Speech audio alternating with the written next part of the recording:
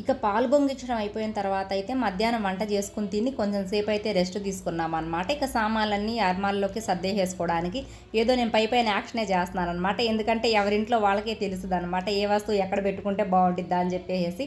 ఇలాంటి కబోర్డ్స్ ఉన్నప్పుడు ఇక ఏ వస్తువు ఎక్కడ పెట్టినా సరే కనపడదు అనుకోండి బయటికి. కాకపోయినా సరే మనకి కంఫర్ట్గా అందుబాటులో ఉండేటట్టు పెట్టుకోవాలి కాబట్టి ఇంకా తను మా మరదలైతే పెట్టుకుంటుంది. నేను అలా పైన అందించానమాట. ఇక మా వాళ్ళైతే మాత్రం ఇక టమాటా సాస్ ఒకటి దొరికిందనమాట మా పిల్లలకి.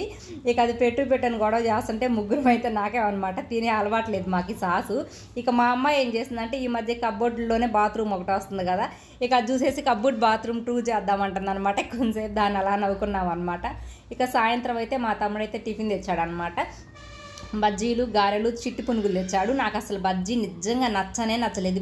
పిండిగా ఉందన్నమాట, అసలు ఉడకలేదు. నేను మొన్న ఇంట్లో చేసుకుందే బాగుందనిపించింది, అనవసరంగా తెప్పించుకున్నా అనిపించింది.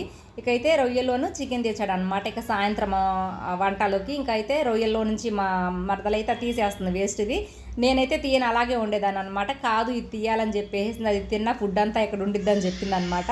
ఇక ఈసారి నుంచి నేను కూడా తీయాలి. ఇక గోంగూర చికెన్ అయితే చేసేసాను. ఒక పక్క అయితే మాత్రం ఇంకా రొయ్యలు అయితే మాత్రం కూర చేసేసాను అనమాట. ఫ్రాన్స్ బిర్యానీ చేసుకుందాం అనుకున్నాం కానీ మధ్యాహ్నం అన్నం అయితే మిగిలిపోయిందనమాట. ఇంకా ఎందుకులే ఈసారి ఎప్పుడైనా సరే చేసేసుకోవచ్చు అని చెప్పేసి ఇక వండేసుకున్నాం ఈ 2 వంటలు. ఇక అన్నం వేడివేడిగా వండుకుని తినేసేసి ఇక మేమైతే మాత్రం 10:30 ఆ టైం అయిందనమాట బయలుదేరి ఇంటికి వచ్చేసరికి. ఇక మా వాళ్ళేమో అక్కడే ఉందామని గొడవ చేస్తున్నారు.